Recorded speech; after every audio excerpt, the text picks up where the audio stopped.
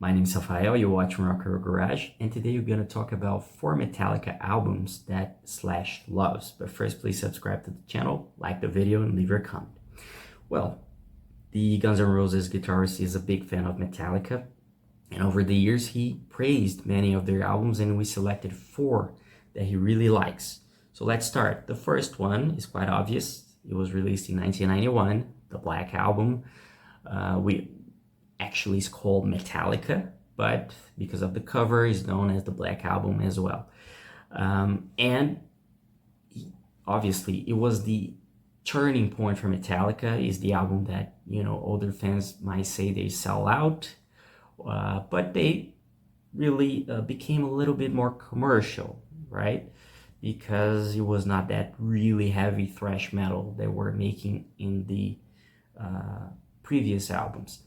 And it's an album that Slash really loves. And in an interview with Spin Magazine in 2021, this is what he said.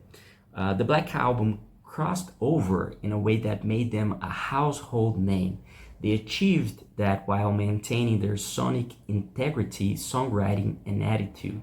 They took their signature style and recorded an album that became universally accessible, but still fucking cool. That is no small feat, and maybe something that artists like Metallica might not even want to do. But on this record, it happened for them. The legacy of the Black Album will live on forever.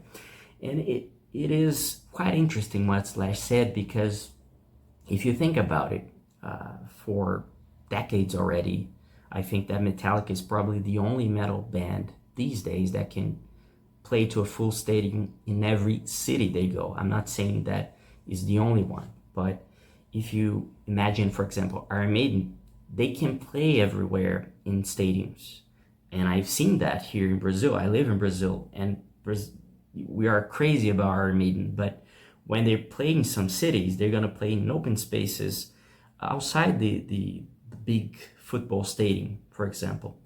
But Metallica, everywhere they go, they're playing big stadiums full of people or huge arenas. So I agree with that with Slash, and the interesting thing is that we might think, and I think maybe without the Black Album, they wouldn't be as big as they became. Let's think about it. Tell me what you think in the comments. Let's move on.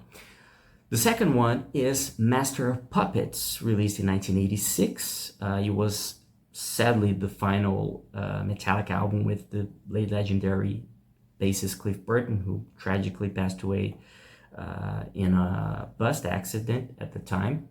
And in an interview with Paste Magazine in 2010, Slash chose some of his favorite guitar riffs of all time.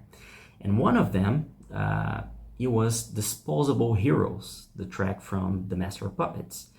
And he really loved that song, and he said, this is one of Master of Puppets, which is the ultimate Metallica album of all time. So it's certainly his favorite Metallica album of all time. I love the rhythm and timing on this one, and it's got a real sinister drive to it too. Like you just know something's bad about to happen. That's why he said about Disposable Heroes, and this incredible Metallica album that, besides the title track, had Welcome Home Sanitarium, Battery, Leper Messiah, and Orion. Man, what an incredible instrumental track. The third one is 72 Seasons, the most recent Metallica album so far. The day I'm recording this video, it was released in 2023.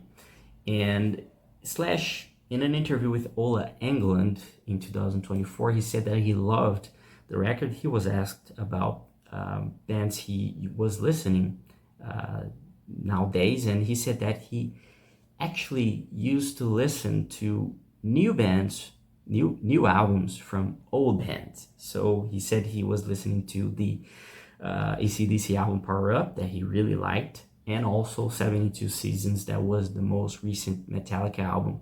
And he said, as far as bands are concerned, mostly the stuff I've been listening to are older bands with new records. And he said that about Metallica, the new Metallica is fucking amazing. So there's a lot of new stuff in that vein.